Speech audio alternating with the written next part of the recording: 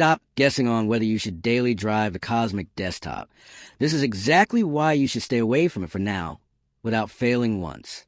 Most other tutorials are confusing, or just plain wrong, because they hype up the Rust-based architecture and 1.0 release while ignoring the show-stopping bugs that can wreck your productivity.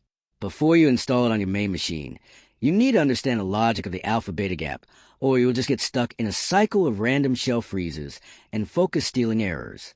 We're going to go through the risks hand in hand and step by step, so you don't lose your data or your sanity.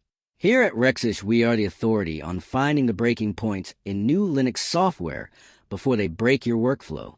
First, you need to realize that even though 1.0 is out, critical features like Nightlight and full RDP support are still missing or highly unstable, meaning you'll be staring at a blue light screen until 3 a.m. with no way to remote into your work. If you are a gamer, you will hit massive friction with mouse bounding issues in X-Weld apps that force you to toggle tiling modes just to keep your cursor in a window.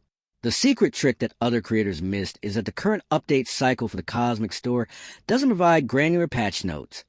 This means a background update could silently change your keyboard shortcuts or break your workspace pins without warning, forcing you into a TTY just to fix your desktop. This works for developers who want to tinker, but for anyone who needs their PC to just work, the friction between the modular components still creates too much technical debt. By waiting for the Epic 2 release or the more stable 26.04 cycle, you are protecting yourself from the inconsistent clipboard behavior and the ghost window bug where closed apps refuse to disappear from your screen.